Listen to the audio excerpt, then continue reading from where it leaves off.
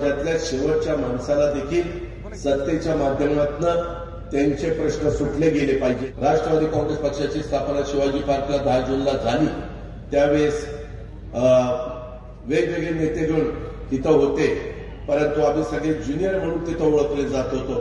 त्याच्यानंतरच्या काळामध्ये आम्ही पण सगळ्यांनी आपल्या आपल्या ताकदीने प्रयत्न केले, लोकांचा विश्वास संपादन करण्याचं काम केलं आणि त्याच्यातनं एक महाराष्ट्रातल्या जनतेला देखील आम्हा लोकांची ओळख निर्माण झाली। परंतु ही ओळख होत असताना शेवटी जमिनीवर पाय ठेवूनच चालायचं असतं, सर्वसामान्य जनतेला कधी विसरायचं नसतं। हे स्वर्गीय यशवंतराव चव्हाण साहेबांची जी शिकवण आहे, स्वर्गीय वसंतदादा पाटलांची जी शिकवण आहे, त्या शिकवणीतून पुढे जाण्याचं काम मित्रांनो आम्ही सगळेजण करतोय। त्याबद्दल तिळमात्र शंका मनामध्ये बाळगू नका।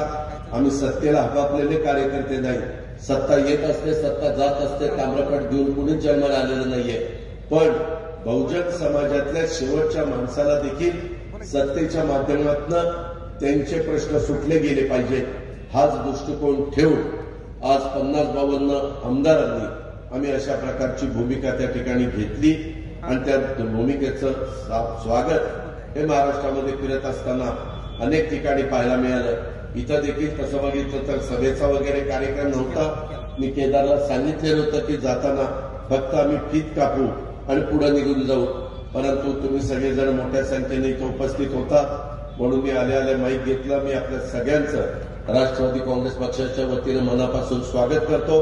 उद्याच्या लोकसभेच्या विधानसभेच्या निवडणुका ज्यावेळेस येतील त्यावेळेस महायुतीचे सदस्य म्हणून जे जे पक्ष आमच्या बरोबर आहेत आम्ही सगळेजण एकत्र बसून चांगल्यात चांगले उमेदवार देण्याचं काम त्या ठिकाणी करणार आहोत। त्यांना आशीर्वाद देण्याचं काम, त्यांना पाठिंबा देण्याचं काम आपण सगळ्यांनी मतदार राजा या नात्याने करावं, ही पण तुम्हाला सगळ्यांना आग्रहाची नम्रतेची कळकळीची विनंती करतो।